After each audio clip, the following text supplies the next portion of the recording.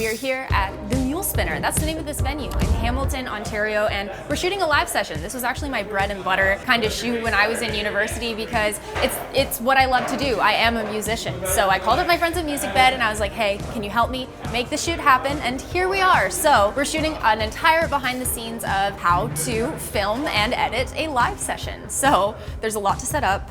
Let's go do that. Come on.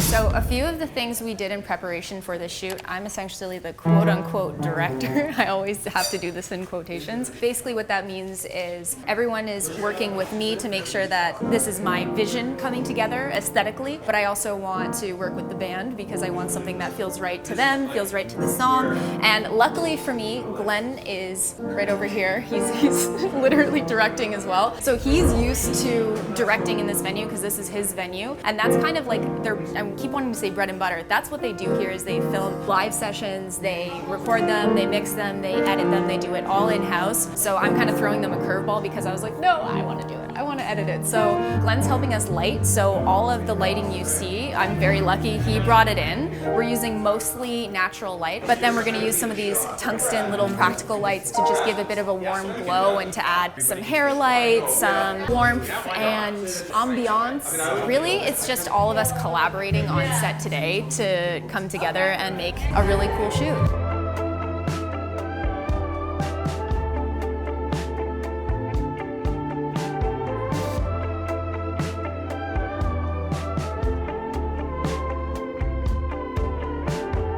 Is there anything in particular you usually do for a live session recording? If everyone's playing in the same room all at the same time, the key is to not have too many mics blowing into the drums. And the general idea is to just keep things as isolated as possible, but use the isolation. We'll be listening to it to make sure there's not too much bleed, but what bleed is there is nice and it works. Mm-hmm. Because the close mic of one thing is the distant mic of another. So when you mix it, you kind of have to respect that relationship of volume. And if you do, it'll be fine.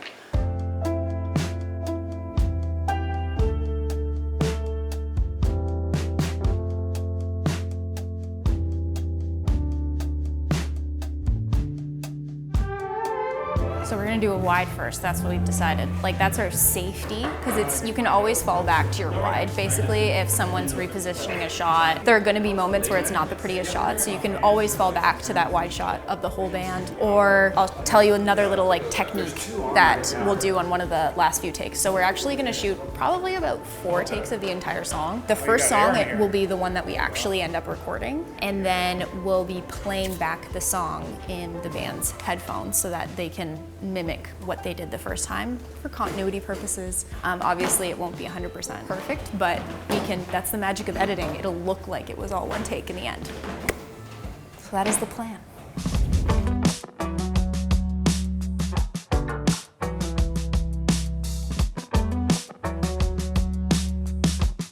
Can you tell everybody what you're shooting with?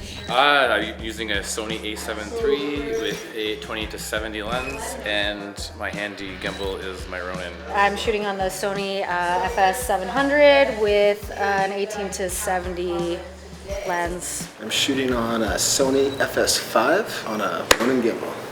This entire shoot was made possible by our sponsor, Music Bed. And what I love about Music Bed isn't just that they allow us to do really cool things like today's shoot, but they really value the artists on their roster. So what makes Music Bed a really unique music licensing platform is that they work with actual artists, actual musicians who write real albums, who are on Spotify. You can find them really easily. So you're not just getting music that's made by, a composer, a little guy sitting in his basement and is like, oh, what do you think people are gonna buy today? They're real musicians. I don't know how else to say it. And so Family of Things, the band that we're shooting today, they are an actual band on Music Bed's roster. As a filmmaker, I love using Music Bed because when you're working with an actual artist who has a passion for the music that they write, that passion translates into your work as well. And you can feel good knowing that you're providing exposure for these musicians as well. I've actually been on Music Bed looking for people pieces of music for my projects, and then I've come across artists that I really love. Then I go and look for them on Spotify, and I've just ended up listening to their entire albums recreationally. Another little thing that you guys may not know is when you are licensing a track, the majority of that payment always goes to the artist. So if you guys are interested in checking out MusicBed, I'll have a coupon code linked in the description below.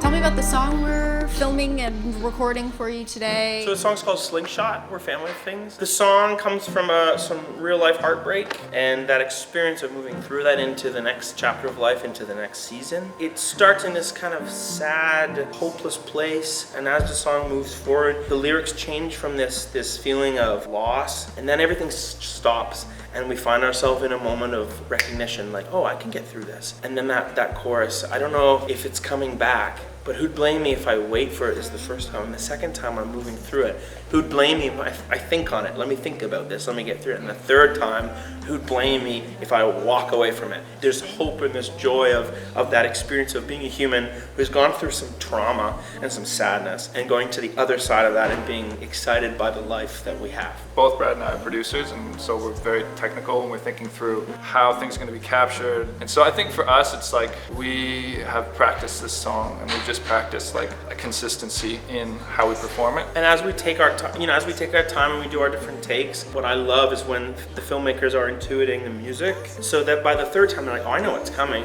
And so there's this path that's being chosen. It's very interactive. It's interactive. It's engaging, so that it's not just random shots. That's like when I have a moment that's special, we have some attention there. Or if we have Amy Forsyth singing with us, and if she has a moment, then we bring attention there, or the drums or the bass or whatever, whoever's in the group. It's all about that engagement. And the composition between us as musicians and you guys as filmmakers and what you capture.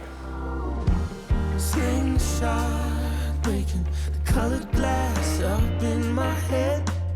Picture all the pieces all falling to my chest.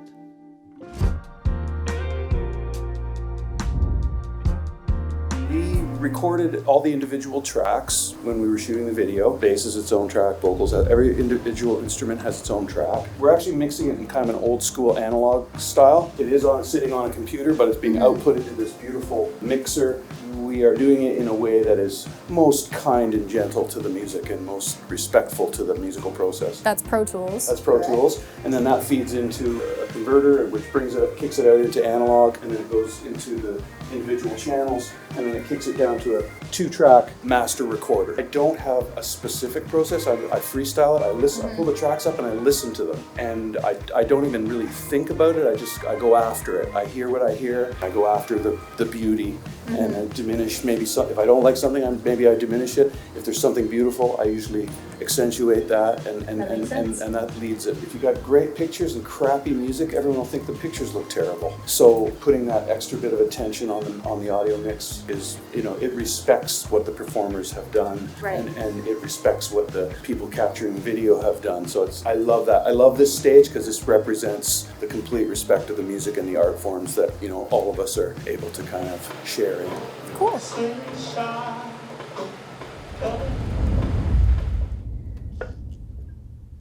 All right, several weeks have passed. We're now back in the office. Josh has been hard at work editing the behind the scenes of this video, and so it's only fair if now we finally edit the actual live session itself. So I wanted to give you guys a little rundown of how we're going to edit this live session, and we're going to start by doing a multicam edit just to get our initial first cut done. Obviously, we did way more takes than just this one. We probably have about 7 in total. I just like to start out with my first take, the take that we used for the actual recording, just to get our base edit. Then I'll start going through individual takes and picking some of my favorite clips that I want to include in moments that weren't so great from that one recording. So this brown track right here is our master mix, the actual recording that has been mixed and mastered, and that is our kind of reference track. All of these other beautiful colors of the rainbow right here, they are the different cameras, the different camera angles. So what we're gonna do now is synchronize all of them to this master mix. So highlight them all, right click,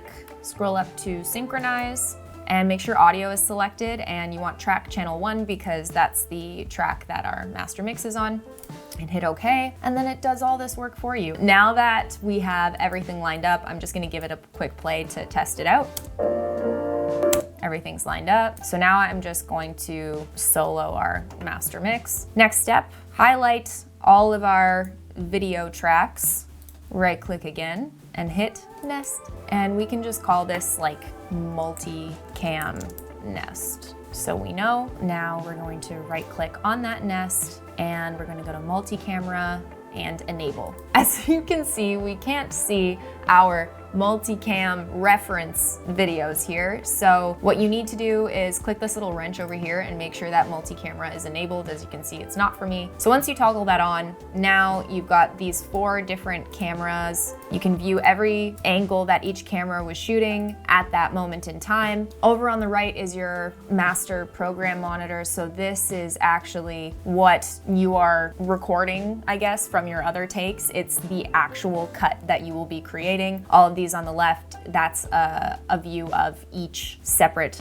camera. As a fun little fact, when I was in university, when we were doing live broadcast TV, there's a director who basically just sits there and goes, ready camera 1, take camera 1. And that's essentially what we're doing on our own, which is kind of cool. So when the director calls ready camera 1, you would press 1, it would highlight camera 1 like this, and then you would click take 1 and you would kind of transfer it to your main program monitor, and that's what would actually show up on air. So that's essentially what we're doing for our own cut. So it just makes it a little bit faster for you than turning off and on layers to look through each layer to find out what you're gonna pick. So now, basically what you do is you play the video. Let's actually trim out all of this from the beginning here and just start it when our track actually starts. Bring all of that back to the beginning of your sequence. And we're essentially just gonna play it through. And when we see a camera that we would like to take or put into the actual cut, we're gonna press 1, 2, 3, or 4 because we've got 4 different cameras. So if I press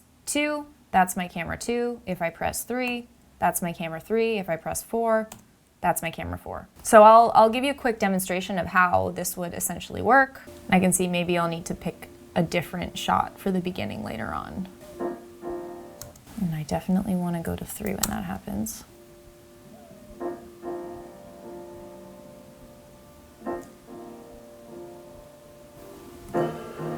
So I just cut to the drums, and I know I'm going to go to 3 because he's going to start singing. And when I stop playing, you can see all of my selects as to which camera. Those are now cuts in my nest. Pretty darn cool. If I do say so myself, makes this a lot faster for you. And now all I would do after I kind of run through this and complete my first kind of initial rough cut, I'll comb through all my footage. And when I don't love a moment, like I don't love this beginning, I'll find a better shot at the beginning, kind of layer that in. But otherwise, that's essentially how we do this. It's really fast, it's really fun, and I love doing these types of edits. So if you guys want to watch the full cut, the full live session video, I will have that linked up here. It's a separate upload. But otherwise, thank you guys so much for watching this video. I hope it was a fun one for you guys. It was a little different. We've had this planned for months, so we're thrilled that we were actually able to do this and try something different for once. And thank you, MusicBed, for sponsoring today's video and you know, supporting this fun behind the scenes. And thank you guys so much for watching. If you like this video, please give it a like down below, subscribe if you're not already, and hit the notification bell to get notified for all future videos. I'll see you in the next one. Let me know if there's any other behind the scenes videos you would like to see in the future in the comments below. That is all. Finger guns.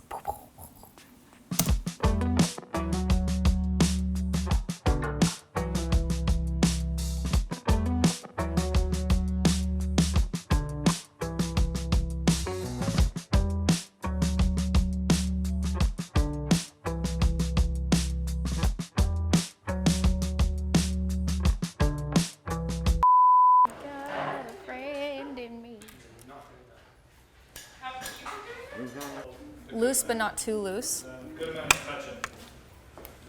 Too loose.